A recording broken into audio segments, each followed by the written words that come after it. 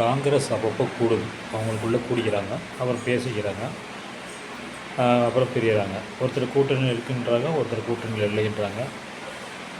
மற்ற கட்சிகள்லாம் போய்ட்டு அப்பப்போ தொகுதி பங்கடி பற்றி பேசிக்கிட்டு இருக்காங்க. ஸ்டாலின் என்ன பண்ணிட்டாரு, நீங்கள் பேசிட்டு வாங்கப்பா, நீங்கள் உங்களுக்குள்ளேயே கருத்து என்ன உருவாகலை, அப்படி இருக்கும்போது உங்களை எப்படி கூப்பிட்டுங்க பேசுகிறது அப்படின்ற மாதிரி அவங்கள லாஸ்ட்டில் விட்டார், டீலிங்கில் விட்டார். இப்போ ஒன் பை ஒன்னாக ஒவ்வொரு கட்சிக்காரங்களும் இப்போ தேமுதிகலேருந்து பிரேமலதா விட்டாங்க, அப்புறம் இப்போ ஓபிஎஸ் வந்திருக்காரு. சொல்லப்போனால் இன்னும் கொஞ்சம் நல்ல பாமக ராமதாஸ் வருவார்.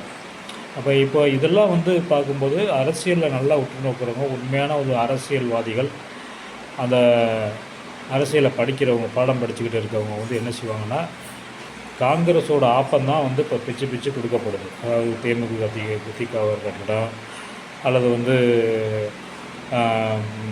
ஒரு ஓபிஎஸ்ஸாக இருக்கட்டும், இனி வரப்போகிற ஒரு வேளை பாட்டாளி மக்கள் கட்சி ராமதாஸாக இருக்கட்டும், அதெல்லாம் யாரோட பங்குனா காங்கிரஸுங்கிற ஒரு அந்த காங்கிரஸு கொடுக்க வேண்டிய அந்த ஆப்பத்தோட அந்த பகுதி தான் இவங்களுக்கெல்லாம் பிரித்து கொடுக்குற முறை காங்கிரஸில் இருக்கிற அந்த அறிவுஜீவிகளுக்கு யாருக்குமே என்ன தெரியல.